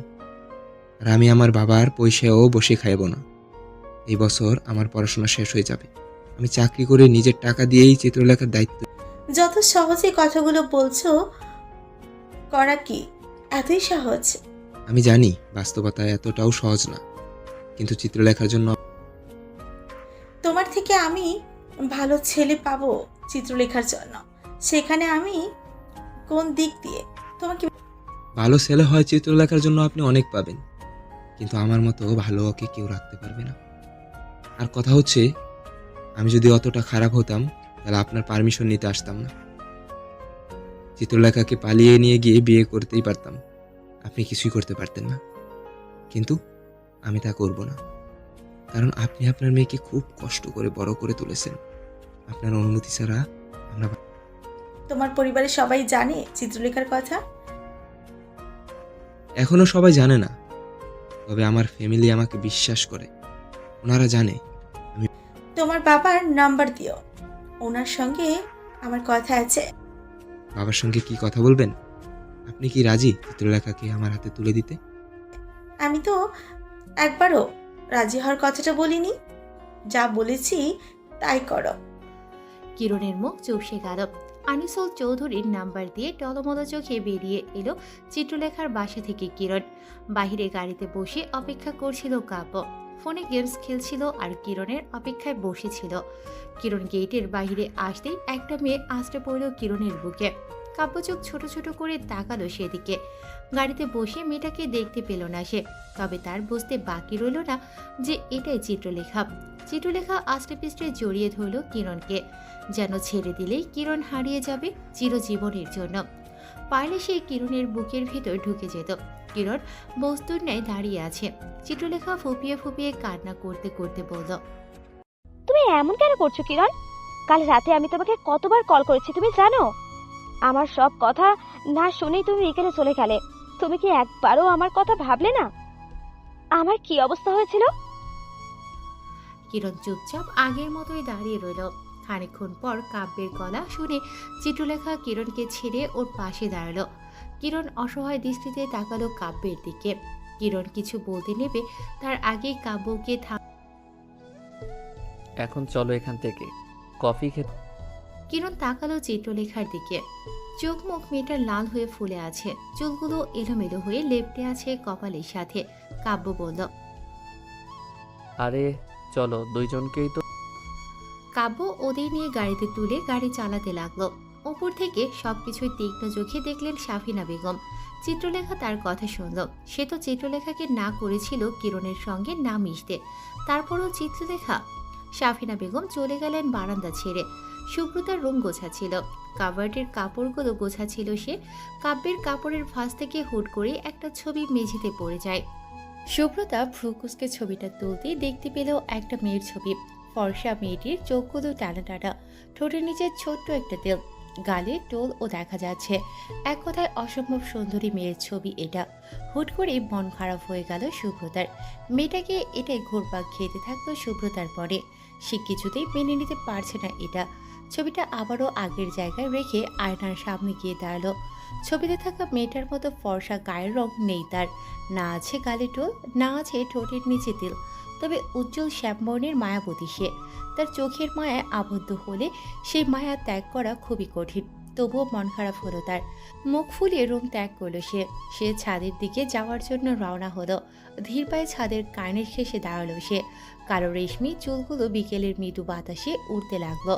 বিকেলের বিষণ্ণতা যেন সুব্রতার মন খারাপ আরও এক ধাপ বাড়িয়ে দিল। কিছুদিনের মধ্যেই বড় আপন আপন লেগেছে তার কাব্যকে। কাব্যের কাছে অন্য মেয়ের ছবি যত্নে তোলা, ভাবতে খারাপ লাগছে তার। মেয়েটাকে আজ বড় একা লাগছে তার। মন খারাপগুলো যেন একসঙ্গে গলা পাকিয়ে যুদ্ধ করছে।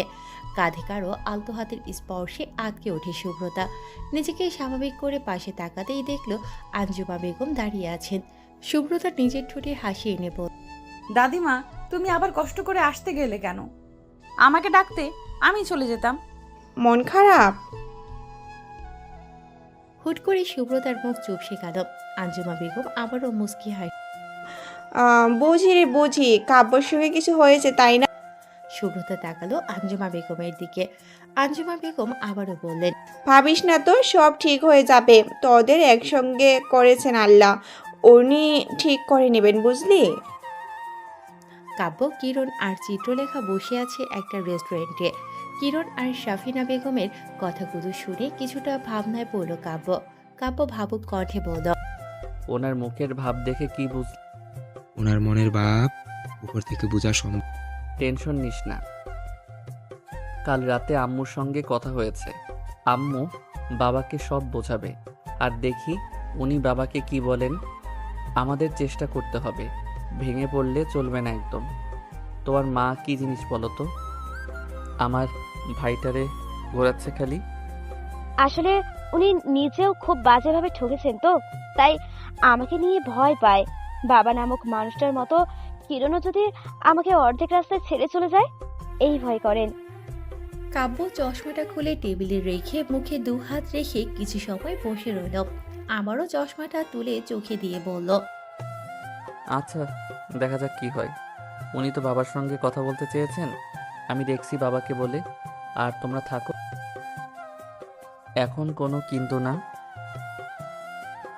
দুইজন একটু কথাবার্তা বলো, আমি যাই। বলেই কাব্য চলে গেল সেখান থেকে। কাব্য চলে যেতে চিত্রলেখা কিরণের হাতে হাত রাখলো। কিরণ তাকালো চিত্রলেখার চোখের দিকে। চিত্রলেখা ছেড়ে যাবে না তো আমায়? আমার পাশে থেকে গিয়ে প্রমাণ করে দিতে পারবেন যে সবাই এক না? মৃত্যু ছাড়া তোমার থেকে কেউ আমাকে আলাদা করতে পারবে না। আমি তোমার পাগল প্রেমিক চিত্রলেখা, যার একটু সুখ চাই তোমার মাঝে। তোমার সঙ্গে থাকতে চাই সব সময়। চিত্রলেখা কিরণের কাঁধে মাথা রেখে চোখ বন্ধ করে রইল। সুব্রতা আঞ্জুমা বেগমের সঙ্গে অনেকটা সময় গল্প করল। মনটা একটু ভালো হলো ওর। কাকুলি ছাদে এসে অনেক আগেই ওদের আড্ডায় যোগ দিয়েছিল। সন্ধ্যা লেগে আসতেই ওরা 3 জন মিলে ছাদ থেকে নেমে গেল। সুব্রতা মাগরিবের নামাজ পড়ে বারান্দায় গিয়ে দাঁড়ালো।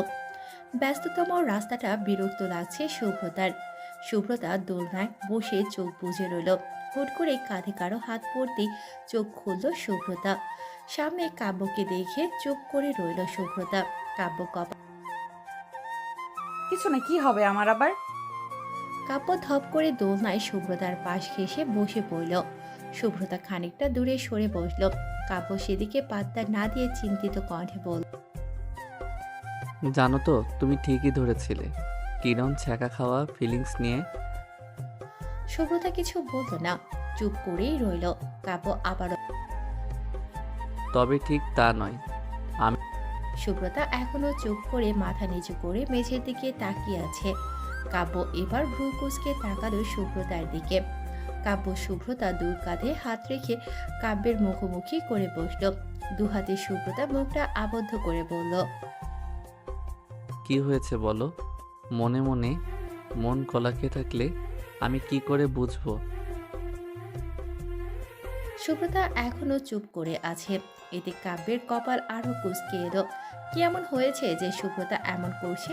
কাব্য শরীর খারাপ লাগছে। তাও কোনো প্রত্যুত্তর নেই সুব্রতার। কাব্য, তোমার বাবার কথা মনে পড়ছে। সুব্রতা এখনো চুপচাপ বসে আছে। কাব্য এবার উঠে যেতে যেতে বলল, আচ্ছা, আমি কাকলিকে ডেকে দিচ্ছি, ওর সঙ্গে কথা বলো, ভালো লাগবে। আপনি বাধ্য হয়ে আমার সঙ্গে আছেন, তাই না? এমন কেন মনে হলো তোমার? সুব্রতা উঠে চলে যেতে নিলেই কাব্য ওর হাত টেনে একদম ওর কাছে নিয়ে আসলো।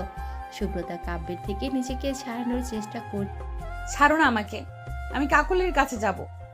এত কাকলি কাকলি করো কেন বলো তো? এমন মনে হয় যে ও তোমার জামাই আর আমি তোমার ভাসুর লাগি। ছাড়ুন, আমার লাগছে। ওই মেয়ের হাত ধরুন গিয়ে। কান্না করছো কেন? ওই মেয়ে আবার কোন মেয়ে? সুব্রতার কান্নার বেগ যেন বেড়ে গেল। হুট করে সে কাব্যকে জড়িয়ে ধরল। কাব্য যেন পাথরের ন্যায় হয়ে গেল। সে কি করবে কি বলবে কিছুই বুঝতে পারল না। সুব্রতা ফোপাতে ফোপাতে, আপনি ওই মেয়েটাকে খুব ভালোবাসেন, তাই না? কোন মেয়ে? কিসের মেয়ে? শুভ্রতা, ক্লিয়ার করে বলো। সত্যি বলছি, আমি কিছুই বুঝতে পারছি। সুব্রতা বারান্দা থেকে রুমে চলে এলো। কাব্য ওর পিছু পিছু চলে আসলো রুমে। সুব্রতা কাভার থেকে ছবিটা বের করে কাব্যের হাতে দিল।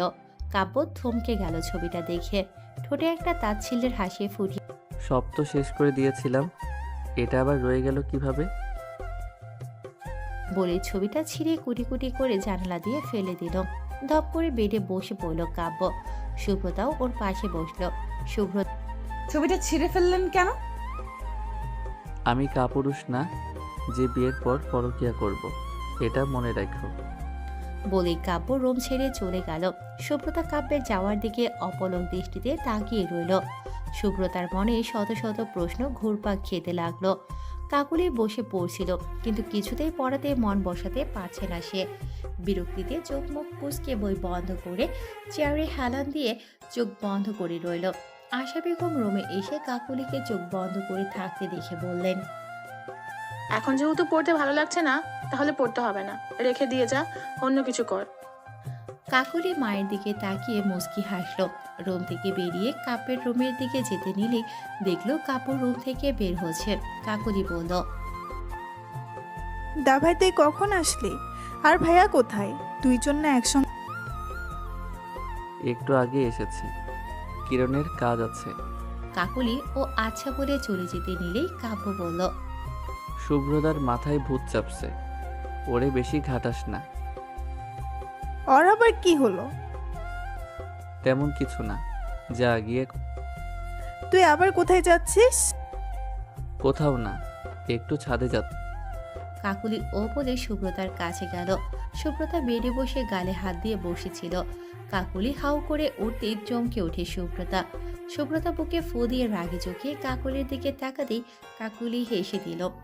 রেস্টুরেন্ট থেকে বের হয়ে কিরণ আর চিত্রলেখা গিয়ে বসলো সেই ঝিলের ধারে। ঝিলের স্বচ্ছ পানিতে পা ভিজিয়ে হাতে হাত রেখে বসে রইল দুইজন।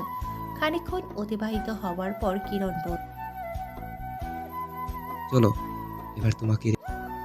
সময়টা যদি এখানেই থেমে যেত, সারাটা জীবন যদি পারতাম তোমার হাতে হাত রেখে অতিবাহিত করতে, তাহলে হয়তো আমার চেয়ে কেউ সুখী হতো না। এখন যেতে হবে না, না হয় তোমার হিটলার মা আবার খেপে যাবে। চিত্রলেখা রাগে চোখ নিয়ে কিরণের দিকে তাকালো। কিরণ বলল, আচ্ছা বাবা, আমি আর কিছু বলবো না ওনাকে নিয়ে। বাইক তো নিয়ে আসোনি, তো এখন যাবে কিছু করে? লেনে যাব। আমি ভালোভাবে জিজ্ঞাসা করলাম, আর তুই মজা করছো? আজ না হয় একসঙ্গে রিস্কায় উঠে কিছু সময়। চিত্রলেখা রিস্কায় উঠে বসল। কিরণও উঠে পড়ল। রিস্কার হুড খোলাই রাখলো কিরণ। মৃদু বাতাসে চিত্রলেখার অবাধ্য চুলগুলো উড়ছে। সাদা রঙের জামাটা চিত্রলেখাকে যেন আরো বেশি আকর্ষণীয় করে তুলেছে। কিরণ মুগ্ধ দৃষ্টিতে তাকিয়ে আছে চিত্রলেখার মেকআপ ছাড়া স্নিগ্ধ চেহারার দিকে। কিরণকে এমন করে হা হয়ে তাকিয়ে থাকতে দেখে চিত্রলেখা খানিকটা লজ্জা পায়। কিরণ মুগ্ধ কণ্ঠে বলল, লজ্জা পেলে তোমাকে আরো বেশি সুন্দর লাগে লেখা। চুপ করো তুমি, মাছি ঢুকে যাবে মুখে, হা বন্ধ করো। চিত্রলেখার বাসার সামনে আসতেই কিরণ চিত্রলেখার হাত শক্ত করে সময় করে কল দিও, আমি তোমার কলের অপেক্ষা। চিত্রলেখার রিস্কা থেকে নেমে গেল। চোখের আড়াল হওয়া না পর্যন্ত কিরণ তাকিয়ে থাকলো চিত্রলেখার যাওয়ার দিকে। চিত্রলেখার মা সাফিনা বেগম সবটাই রুমের বারান্দা থেকে দেখলেন। কাকলি আর শুভ্রতা টিভি দেখছিল। কলিং বেল বাজতেই দরজার দিকে ছুটলো কাকলি। কিরণকে দেখে কাকলি বল, কোথায় ছিলি এতক্ষণ? কোথাও না, শর্ত ভিতরে ঢুকতে দে। কি হয়েছে বলতো ভাইয়া? কি হবে? কিছুই হয়নি। দাদা ভাই সুব্রতা আর চোখে একবার কিরণের দিকে তাকিয়ে আবারও টিভির দিকে মন দিয়ে বলল। কিরণ চোখ ছোট ছোট করে সুব্রতার দিকে তাকালো। এমন টেরা উত্তর মানে কি সে বুঝতে পারছে না। কিরণ কি যেন ভেবে চলে গেল নিজের রুমে। কাকলি এতক্ষণ সবকিছুই দেখছিল। কাকলি সুব্রতার পাশ ঘেঁষে বসে বলল, দা ভাইয়ের সাথে কি কিছু হয়েছে? কি হবে? কিছুই হয়নি। আমি ওনার সঙ্গে কোন দুঃখে ঝগড়া করব? কাকুলি কিছু বলতে নেবে তার আগেই কাব্যকে দেখে থেমে গেল। কেমন যেন দেখাচ্ছে। সুব্রতা আর চোখে তাকিয়ে আছে কাব্যের দিকে। কাব্য কেমন যেন অস্থির অস্থির করছে। কাব্য অস্থির কণ্ঠে কাকুলিকে বল, পানি দে তো কাকলি। কাকুলি দৌড়ে গিয়ে পানি নিয়ে এলো। পানি ঠোঁটে ঠেকানোর আগেই হাতের গ্লাসটা পড়ে গেল কাব্যের। গ্লাস ভাঙার শব্দে সবাই বসার রুমে চলে এলো। সুব্রতা ভয় পেয়ে গেল। আশা বেগম অস্থির হয়ে কাব্যের কাছে এসে আনিসুল চৌধুরীকে ডাক্তার ডাকো, কাব্যের আবার শ্বাসকষ্ট শুরু হয়েছে। আনিসুল চৌধুরী তাড়াহুড়ো করে কল করলো ডক্টরকে। কাব্য বেডে শুয়ে আছে। ডক্টর একটু আগেই দেখে গেছেন। আশা বেগম ছেলের মাথায় হাত বুলিয়ে দিচ্ছেন। আনিসুল চৌধুরী ডক্টরকে এগিয়ে দিতে গেছেন। আঞ্জুমা বেগম সোফায় বসে আছেন। কাকুলিও তার পাশে বসে আছে। সুব্রতা গুটিসুটি মেরে বেডের পাশে দাঁড়িয়ে আছে। কিরণ মুখ চুপসে দাঁড়িয়ে আছে দরজার ঘেঁষে। কাব্য জিদ দিয়ে ঠোঁট ভিজিয়ে বলল, তোমরা সবাই তোমাদের রুমে যাও, আমি এখন ঠিক আছি। কাব্যের কথায় আর কথা না বাড়িয়ে আঞ্জুমা বেগম, কাকুলি আর আশা বেগম চলে গেলেন। কাব্য কিরণের দিকে তাকাতেই কিরণ দ্রুত পায়ে কাব্যের কাছে এসে বেডে বসে কাব্য ডান হাত নিজের দু হাতের মধ্যে। দাদা ভাই, আমার জন্য তোর এই অবস্থা, তাই না? আমি যদি তোকে এই ঝামেলায় না ফেলতাম তাহলে তুই টেনশনও করতি না, আর তোর এমন অবস্থা হতো না। আমি তো জানতাম তুই বেশি টেনশন নিতে পারিস না, তারপরে এটা আমি কি করে করলাম, সব দোষ আমার। ধুর পাগল, তোর জন্য কেন হবে? আসলে অফিসে একটা সমস্যা হয়েছে। কিরণ কিছু বলতে নেবে তার আগেই কাব্য ওকে থামিয়ে বলল, যা হওয়ার তা হয়েছে, এখন গিয়ে রুমে রেস্ট নে, কিছু হবে না, আমি ঠিক আছি। কিরণ আর কথা বাড়ালো না, চলে গেল রুম ছেড়ে। কিরণ যেতেই কাব্য মুখ ঘুরিয়ে তাকালো সুব্রতার দিকে। সুব্রতা মাথা নিচু করে দাঁড়িয়েছিল। কাব্য সুব্রতাকে নিজের কাছে ডাকলো। সুব্রতা ধীর পায়ে গিয়ে বসলো কাব্যের পাশে। কাব্য নরম কণ্ঠে বলল, ভয় পাইছো? হুট করেই সুব্রতা কান্না করে দিল। কাব্য আলতো হাতে সুব্রতার মাথা নিজের বুকে টেনে নিল। সুব্রতা কাব্যের টি শার্ট খামচে ধরে কান্না করতে লাগলো। কাব্য সুব্রতাকে সান্ত্বনা দিতে দিতে বলল, কিছু হয়নি তো আমার, আমি ঠিক আছি তো। সুব্রতার কান্নার গতি যেন বেড়েই চলছে। কান্না করতে করতে হেসকি তুলে ফেলেছে সে। কাব্য হাত বাড়িয়ে বেডসাইড টেবিল থেকে পানির গ্লাস নিয়ে সুব্রতাকে খাইয়ে দিল। সুব্রতা খানিকটা স্বাভাবিক হয়ে বলল, সরি, ওই মেয়েটার ছবি। ওই মেয়ের কথা আর তুলো না প্লিজ। সুব্রতা আচ্ছা বলে চুপ করে কাব্যের পাশে বসে রইল। আশা বেগম রুমে আসলেন খাবার প্লেট নিয়ে। ভাত মাখিয়ে খাইয়ে দিতে লাগলেন কাব্যকে। আশা বেগম ভাত নিয়ে সুব্রতার মুখের সামনে ধরল। সুব্রতা টলমল চোখে তাকালো আশা বেগমের দিকে। আশা বেগম কপাল কুঁচকে বললেন, এর আগে বাবা ছাড়া কেউ আমাকে খাইয়ে দেয়নি। এখন খাবে, খাওয়ার সময় চোখের পানি ফেলতে হয় না। সুব্রতা মুচকি হাসলো। কাব্য প্রাপ্তির হাসি হাসলো। সে চায় সবাই ভালো থাকুক, হাসি খুশি থাকুক। বিচ্ছেদের যন্ত্রণা প্রতি মুহূর্তে আমাকে কুড়ে কুড়ে খাচ্ছে। আমায় তোমার মায়ায় আমি প্রতিটা মুহূর্তে দহনে পুড়ে পুড়ে ছাই হয়ে যাচ্ছি। কোথায় হারিয়ে গেলে তুমি? আমি যে তোমার অপেক্ষায় তৃষ্ণার্ত কাকের ন্যায় চেয়ে আছি। আমি ওর কাছ থেকে তোমায় ছিনিয়ে আনবো, দেখে নিও। চিঠিটা বন্ধ করে চোখ বুজে শুয়ে পড়ল। আবারও আরেকটা রাত আসবে, আবারও আরেকটা চিঠি জমা হবে। কিরণ রুমে এসে ফোন চেক করতেই দেখলো চিত্রলেখা শতবার কল করেছে। কিরণ কল ব্যাক করতেই চিত্রলেখার সঙ্গে সঙ্গে কল ধরছিলে না যে, কিছু কি হয়েছে? দাদা ভাই হঠাৎ করে অসুস্থ হয়ে গেছিল তো, আর ফোনটাও রুমে ছিল। ও, তো এখন কেমন আছেন উনি? এখন একটু ভালো আছে। যাই হোক, তোমার আম্মুর বাসায় যাওয়ার পর কিছু বলেনি? না, চুপচাপ, কিছু বলছেও না, এক অন্যরকম আচরণ। তোমার মা একটা হিটলারের নানি। আমার আর কি করার, তোমার বাচ্চা যদি হিটলার হয়? মানে? তোমার বাচ্চার নানি তো আমার মাই হবে, তাই না? কিরণ বলদ হয়ে গেল। চিত্রলেখা হাসতে লাগলো। আরও কিছু সময় কলে কথা বলে ঘুমিয়ে পড়ল চিত্রলেখা আর কিরণ। কেটে গেছে 10টা দিন। আজ কিরণ আর চিত্রলেখার গায়ে হলুদ। আনিসুল চৌধুরী চিত্রলেখার মায়ের সঙ্গে কথা বলে সব ঠিকঠাক করে নিয়েছেন। কাব্য আর সুব্রতা মার্কেটে এসেছে কিছু কেনাকাটা করতে। কেনাকাটার মাঝে কাব্য কিছুটা দূরে গিয়ে একটা লোককে জড়িয়ে ধরল। সুব্রতা ভ্রু কুঁচকে সেই দিকে তাকালো। দুজন যখন তার দিকে ফিরে একসঙ্গে আসতে লাগলো, তখনই সুব্রতা চমকে উঠল। তীব্র এখানে কি করছে, তাও আবার কাব্যের সঙ্গে? সুব্রতা অবাকের চরম পর্যায়ে গিয়ে অবাক হয়ে আছে। তীব্রের চোখ সুব্রতার দিকে পড়তেই সে থমকে গেল। এতদিন তো কম খুঁজেনি সুব্রতাকে। কাব্য পরিচয় করিয়ে দিতে তীব্র থমকে গেল। হুট করে সুব্রতা চটে গেল, তীব্রের কলার ধরে বলতে লাগলো, তুই আমার বাবাকে কেন খুন করলি? একবারও বিবেকে কাজ করলো না তোর? তুই কি আমাকে বাঁচতে দিবি? কাব্য এবার অবাক হয়ে সুব্রতাকে ছাড়াতে ব্যস্ত হয়ে পড়ল। কাব্য, সুব্রতা আর তীব্র বসে আছে একটা রেস্টুরেন্টে। তীব্র মাথা নিচু করে আছে। কাব্য চোখ ছোট ছোট করে বলল, তুই কি? আমি কিছু করিনি, আসলে তোর কপাল ভালো আর আমার কপাল খারাপ।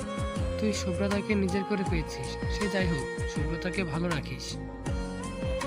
বলেই উঠে চলে গেল তীব্র। কাব্য আর সুব্রতাকে কিছু বলার সুযোগ দিল না তীব্র। রেস্টুরেন্ট থেকে তীব্র বের হতেই আর্তনাদ ভেসে এলো। কাব্য আর সুব্রতা চমকে সেদিকে তাকাতেই থমকে গেল। হুট করেই মানুষের ভিড় লেগে গেল। কাব্য আর সুব্রতা সেই জায়গা যেতেই তীব্রের রক্তাক্ত দেহ দেখতে পেল। তীব্র ঠোঁটে মুচকি হাসি ফুটিয়ে হাত বাড়িয়ে দিল কাব্য আর সুব্রতার দিকে। কাব্য দৌড়ে গেল তীব্রের কাছে। তীব্রের হাত ধরতে তীব্র আধো আধো কণ্ঠে বলল, দেখে রাখিস সুব্রতাকে। কাব্যের কোলে শেষ নিঃশ্বাস ত্যাগ করলো তীব্র। কেটে গেছে 3টা বছর। সুব্রতা, কাব্য, কিরণ আর চিত্রলেখা ঘুরতে এসেছে। ওরা বসে আছে সমুদ্রের ধারে। কিরণের কাঁধে মাথা রেখে বসে আছে চিত্রলেখা। চিত্রলেখা নরম কণ্ঠে বলল, ভালোবেসি প্রিয়। আমিও তোমায় অনেক বেশি ভালোবাসি লেখা। সুব্রতা এতক্ষণ হাঁ করে কিরণ আর চিত্রলেখার দিকে তাকিয়েছিল। কাব্য সেটা খেয়াল করে সুব্রতার মাথায় একটা ওই কি করছো? ওদের দিকে হাঁ করে তাকিয়ে না থেকে সমুদ্র উপভোগ করো। আর মানুষই বা কি বলবে বলো তো? সুব্রতা মুখ ফুলিয়ে বসে রইল। কাব্য বাঁকা হাসল। সুব্রতা হাত ধরে ওকে দাঁড় করিয়ে দুজন মিলে পানির কাছে চলে গেল। সমুদ্রের নোনা পানি দুজনের পা ছুঁয়ে যাচ্ছে। সুব্রতার মুখে একটা মুচকি হাসি ফুটে উঠল। সুব্রতা একবার তাকালো কাব্যের শক্ত করে ধরে থাকা হাতের দিকে। সুব্রতা দাঁত দিয়ে ঠোঁট চেপে ধরে হাসল। কাব্য নিচু হয়ে সুব্রতার কানে কানে বলল, এরকম করে হাসতে নেই দেখছি, মনে লাগে যে। কাব্যের কথায় চোখ বড় বড় হয়ে গেল সুব্রতার। সুব্রতার এমন করে তাকানো দেখে হো হো করে হেসে দিল কাব্য। কাব্যের হাসিতে মন ভেঙচে কাটল সুব্রতা। সুব্রতা আইসক্রিম দেখে কাব্যের হাত ঝাঁকুনি দিয়ে, আইসক্রিম? আমি যদি তোমাকে আইসক্রিম কিনে দেই তাহলে তুমি আমাকে কি দিবে? আমি আবার কি দিব আপনাকে? আরে পাগলি, আমি তো মজা করছিলাম। আসো, আইসক্রিম কিনে নিয়ে আসি। সুব্রতা খুশি হয়ে গেল। আইসক্রিম কিনতে গিয়ে চোখ আটকে গেল সুব্রতার। ছবির মেয়েটা একটা অন্য ছেলের সঙ্গে দেখে সে কাব্যের দিকে তাকালো। কাব্য আইসক্রিম কিনছে। সুব্রতা জানে এখন মেয়েটাকে দেখলে কাব্য আবার অস্বাভাবিক হয়ে পড়বে। সুব্রতা ঘটনাকে ধামাচাপা দিয়ে কাব্যর হাত ধরে আইসক্রিম নিল অপর হাতে। কাব্য 5টা আইসক্রিম কিনেছে। 2টো আইসক্রিম সুব্রতার হাতে দিতেই সুব্রতা খুশিতে টুক করে একটা চুমু বসিয়ে দিল কাব্যের গালে। কাব্য হাসলো। সুব্রতা ঘটনা বুঝতে পেরে লজ্জা মেশানো হাসি হাসলো। সুব্রতা গালে হাত দিয়ে বসে আছে হোটেলের রুমের বেডে। সন্ধ্যার পর আর খবর নেই কাব্যের। কিরণ আর চিত্রলেখার সঙ্গেই ছিল এতক্ষণ সে, কিন্তু তার ভালো লাগছিল না বলে রুমে চলে এসেছে। হুট করে বৃষ্টি পড়তে শুরু করলো। সুব্রতার কপালে চিন্তার ছাপ পড়ল। সুব্রতা গিয়ে দাঁড়ালো বারান্দায়। বৃষ্টি হলেই তার মন কেন যেন খারাপ হয়ে যায়। কাব্য চাবি দিয়ে রুমের দরজা খুলতেই সুব্রতাকে দেখতে পেল না। দরজা লাগিয়ে সে এগিয়ে গেল বারান্দার দিকে। সুব্রতাকে ডাকতেই সুব্রতা পিছু ফিরে তাকালো। কাব্যের চোখ আটকে গেল সুব্রতার দিকে। শুভ্র রঙের শাড়িতে এক মোহনীয় নারী লাগছে সুব্রতাকে। লম্বা চুলগুলো বাতাসের তালে তালে নাচছে। সামনের অবাধ্য চুলগুলো কপালে এসে বাড়ি খাচ্ছে। কাজল রাঙানো চোখ যেন আরো এক ধাপ সৌন্দর্য বাড়িয়ে দিয়েছে। কাব্য মুগ্ধ দৃষ্টিতে তার মায়াবতীর দিকে তাকিয়ে আছে। সুব্রতা কাব্যের এমন করে তাকানো দেখে লজ্জা পেল। কাব্য ধীর পায়ে সুব্রতার কাছে এসে হাতে থাকা গোলাপ ফুলটা ওর কানে গুঁজে দিল। পকেটে থাকা বেলি ফুলের মালাটা ওর হাতে পরিয়ে দিল। মুগ্ধ কণ্ঠে বলল, এখন একদম পারফেক্ট লাগ। সুব্রতা মুস্কি হাসল। কাব্য, নাফিসাকে যে দেখলে আমাকে কিছু বললেন না কেন? নাফিসাকে? ছবির মেয়েটা। সে যাই হোক, নাফিসা আমার প্রথম প্রেম ছিল, কিন্তু নাফিসার ভালোবাসা ছিল আমার ছোটবেলার বন্ধু তুর্যকে। আমরা তিনজন একসঙ্গে ভার্সিটিতে পড়েছি, দুইজনই আমার খুব কাছের মানুষ ছিল। আমার ভালোবাসা ছিল একতরফা, আর ওরা দুইজন দুইজনকে ভালোবাসতো, তাই আমি ওদের জীবন থেকে সরে এসেছি। হঠাৎ আমাকে এগুলো বলছেন যে? তুমি আমার বর্তমান ও ভবিষ্যৎ, তোমাকে তো বলতেই হতো আমার অতীত। সুব্রতা হাসলো। কাব্য সুব্রতার দিকে তাকালো, সুব্রতাও তাকালো। আজ কাব্যকে অন্যরকম লাগছে। আজ ওর চোখে চিকন ফ্রেমের চশমাটা নেই, তাও খারাপ লাগছে না। ফর্সা মুখে কালো কুচকুচে চাপ দাড়িতে বেশ ভালো লাগছে। কাব্য সুব্রতাকে কোমরে হাত দিয়ে নিজের কাছে নিয়ে এসে ওর কপালে একটা চুমু দিয়ে কপালের সঙ্গে কপাল। এই বৃষ্টি ক্লান্ত শহরকে সাক্ষী রেখে বলছি, বৃষ্টির সময় তোমার মন ভালো করার দায়িত্ব আমি নিলাম। সুব্রতা মুচকি হাসলো। হুট করে কাব্য সুব্রতার হাত ধরে দৌড় দিতে লাগলো। সুব্রতা অবাক। কোথায়? বৃষ্টি ক্লান্ত শহরে নিজের ক্লান্তি দূর করতে যাচ্ছি। হোটেলের বাগানে এসে বৃষ্টিতে ভিজতে লাগলো কাব্য আর সুব্রতা। কাব্য দুহাত ছড়িয়ে চিল্লিয়ে ভালোবাসি সুব্রতা। আমিও আপনাকে ভালোবাসি।